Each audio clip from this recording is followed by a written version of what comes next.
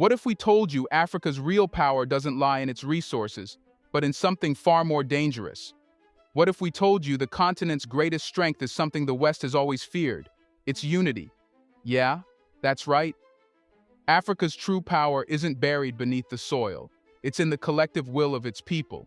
And the sooner we wake up to that, the better. Africa's been treated like a pawn for centuries, yet here it is, holding the trump card. This video isn't about the Africa you see in the news. We're not talking about starving children or corrupt leaders. We're talking about a powerful, untapped force that's been underestimated for far too long. It's time the world finally understood. Africa's greatest strength lies in its unity, independence, and ability to take back control of its future. But there's one question we must ask first. What would happen if Africa came together and embraced its true power? That's exactly what we're about to uncover. Let's get started.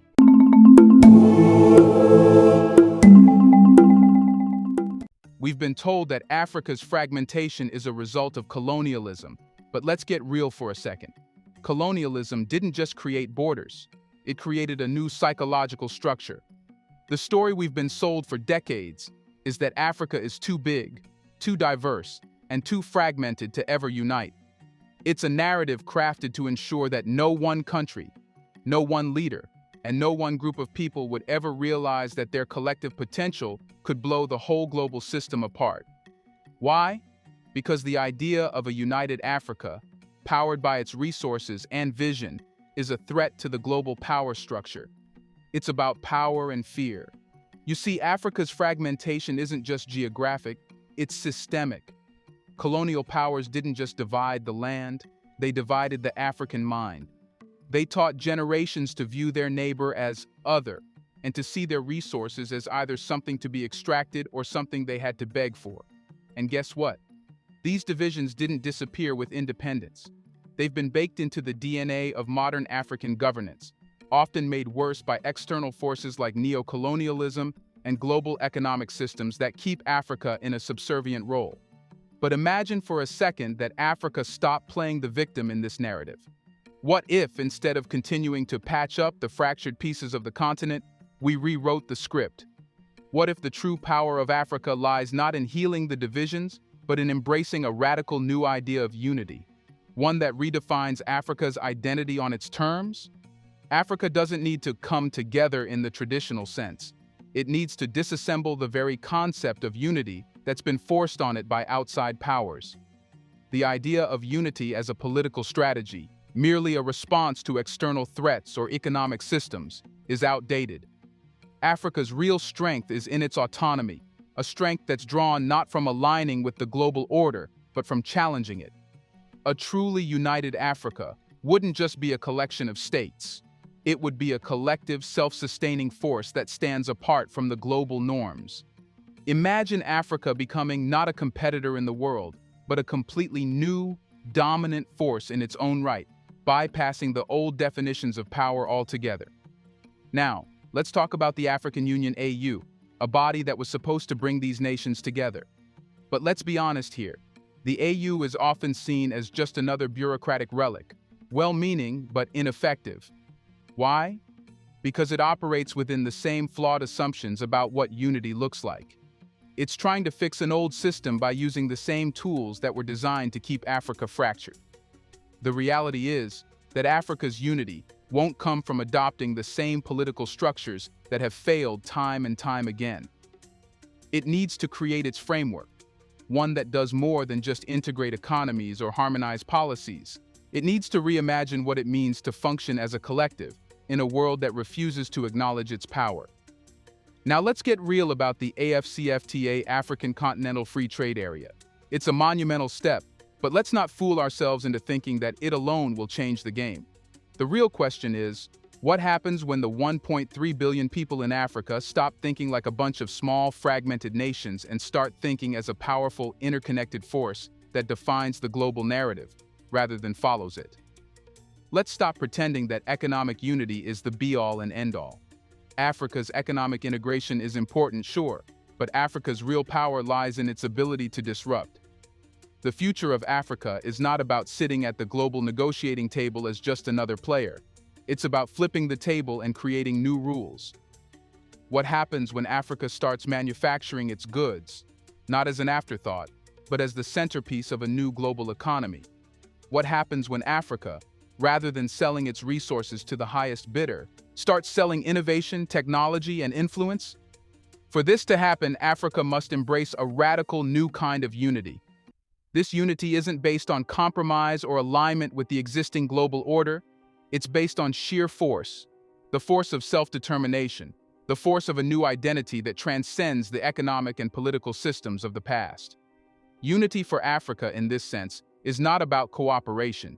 It's about the strength to reclaim Africa's place in the world, on its terms. And let's be clear, this isn't just about economics. It's about global power. When Africa unites, it becomes a cultural, economic, and political juggernaut that can't be ignored. This isn't a pipe dream. It's a reality waiting to happen, one that will shake the global power balance to its core. The world is already seeing signs of Africa's growing influence. China, Russia, and India are all racing to make deals with Africa, recognizing the continent's immense potential. But here's the catch. They're not interested in Africa's unity. They want to keep Africa fragmented so they can exploit it. But Africa doesn't need to play by these old rules anymore. When Africa comes together, not just in trade or politics, but in vision, in a shared dream of self-determination, its influence will grow exponentially.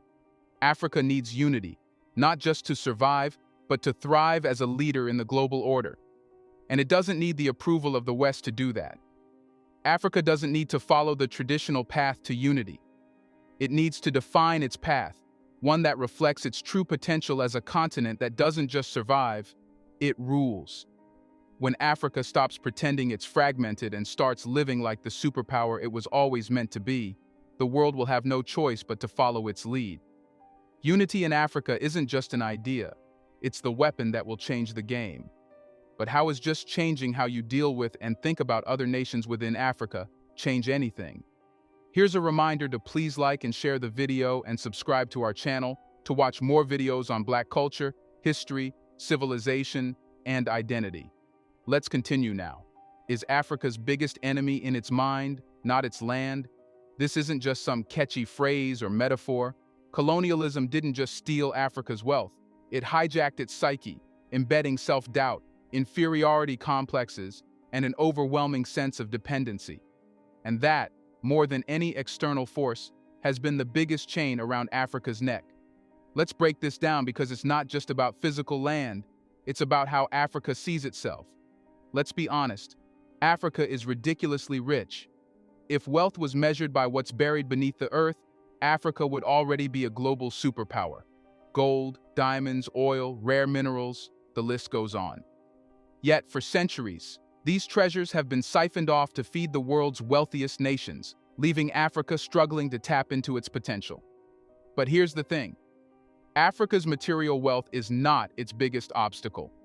It's the invisible, insidious mental chains of colonialism that still linger today, dictating how African nations, leaders, and individuals view themselves and their place in the world. These mental chains aren't just a result of history, but an ongoing reality. Colonial powers rewrote the very rules of Africa's identity. They didn't just claim land, they claimed the narrative. They turned Africa from a continent full of thriving cultures, rich histories, and diverse civilizations into a passive, dependent resource bank for Europe. Africans were not seen as self-sufficient or capable of governing themselves. They were seen as subjects, as people who needed civilizing, help, and guidance from the superior West. This narrative didn't just disappear when colonial rule ended, it evolved and stuck around, infecting Africa's collective consciousness in a way that's still being felt today. Look around, and you'll see it. African nations are still battling to build strong institutions, fight corruption, and assert their cultural identity. But why? Because the colonial mindset, this ingrained belief that Africa is not enough on its own, is still running the show. Africa is caught in a constant struggle, one between its inherent strength and the centuries-old narrative that tells it it's weak, fragmented, and incapable of governing itself. This battle isn't just about material wealth, it's about mental wealth. It's about believing that Africa has the power to stand on its own 2 feet and thrive, not just survive. But here's the kicker. This mental revolution has already started. Across Africa, a cultural renaissance is quietly but powerfully reshaping how the continent views itself. It's not just happening in one part of Africa or one specific field. It's happening everywhere, from literature to music, from politics to entrepreneurship. African voices, once suppressed or altered by colonial forces, are beginning to reclaim their narrative. Writers like Chimamanda Ngozi Adichie and Wole Soyinka are rewriting the African story, presenting a more nuanced, truthful, and empowering picture of the continent. Their work is not just literature, it's a form of intellectual resistance. It's a challenge to the Western-dominated narratives that have long been imposed on Africa. And it doesn't stop with writers.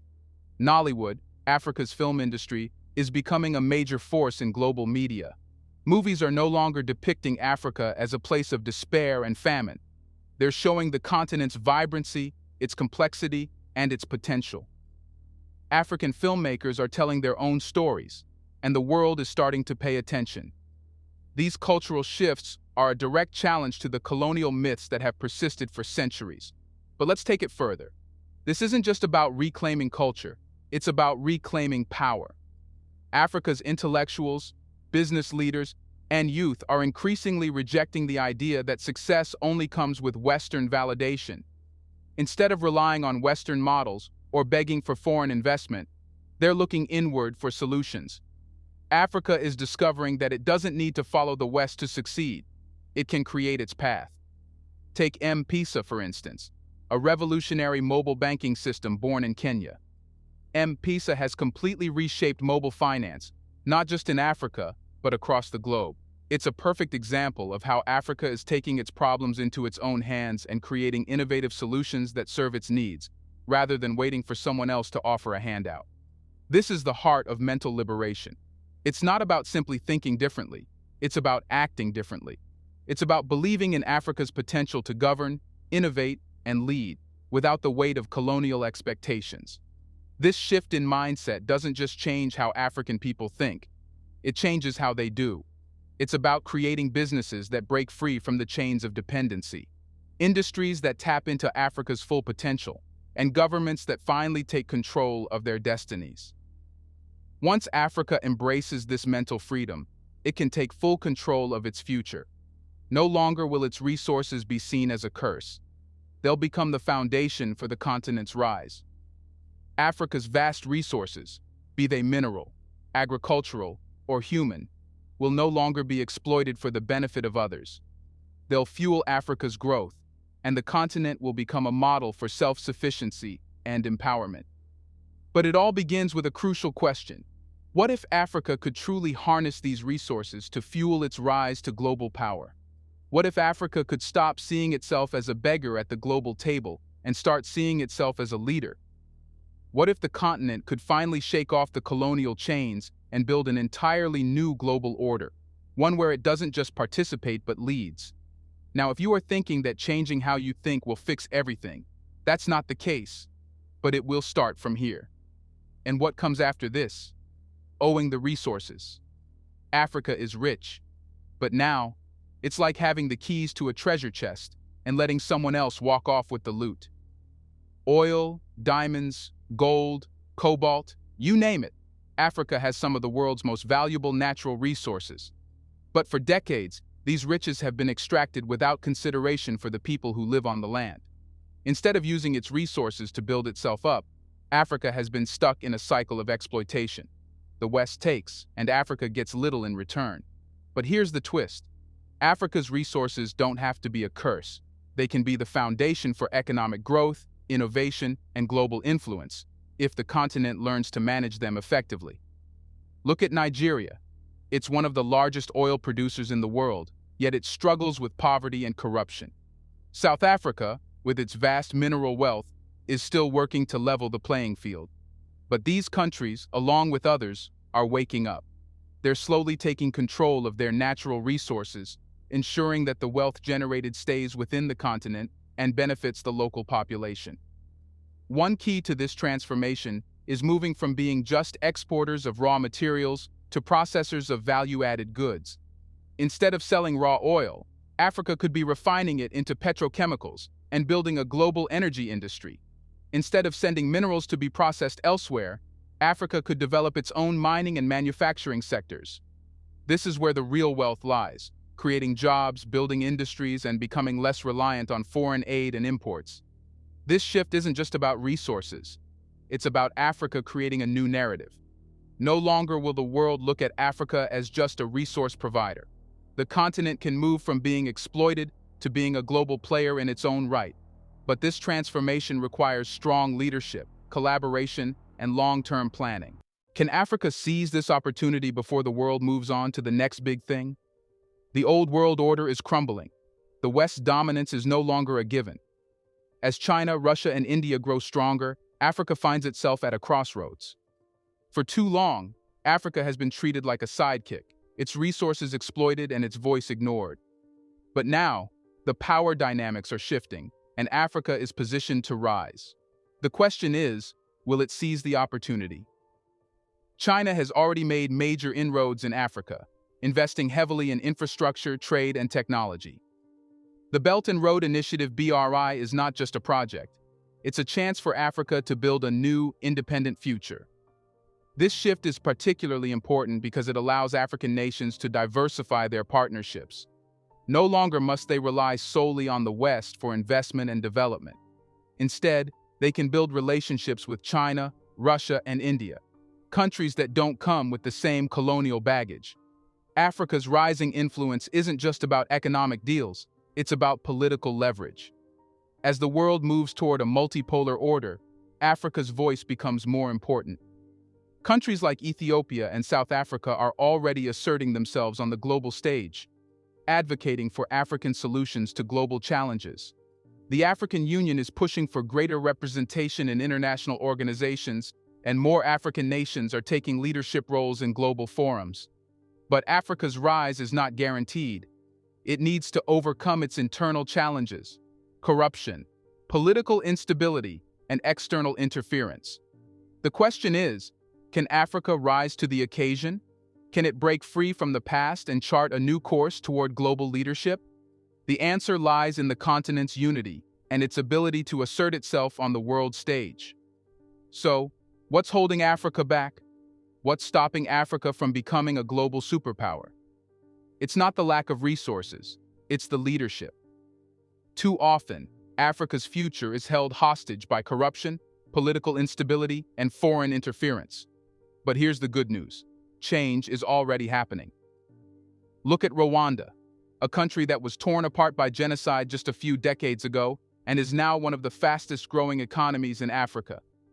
Botswana has built a stable democracy and is reaping the rewards of wise resource management. Africa's biggest obstacle is its inability to fully harness its potential. Corruption runs rampant in some countries, and political instability continues to plague others. But the tides are changing. More African nations are committing to good governance, and there's a growing wave of youth-led movements demanding accountability. The African diaspora is also playing an important role, providing financial support, expertise, and political influence. Africa's time to rise is now. It has everything it needs: resources, people, and a new mindset. What it needs now is bold leadership, unity, and a commitment to long-term growth. If African nations can break free from the past and work together, they will be unstoppable. The question isn't whether Africa will rise, it's how long the world will wait before it recognizes the continent's power. So, to sum this up, Africa's greatest strength doesn't lie in its resources, nor does it rest solely on its past achievements. It lies in its unity, its ability to break free from colonial legacies, and its capacity to reclaim its resources, culture, and future. As Africa steps into a new era, the world must watch closely. Could Africa's greatest strength be its ability to rise, unite, and lead by example? Africa's time is now. Let us know in the comment section. Are you ready for what's coming next? Do you want to watch more videos like this one? If so, subscribe to our channel and press the bell icon next to it. We have decided to bring videos on something nobody talks about: the Black culture, civilization, history, and evidence about how glorious Blacks have been. Thanks for watching, and until the next video, stay tuned.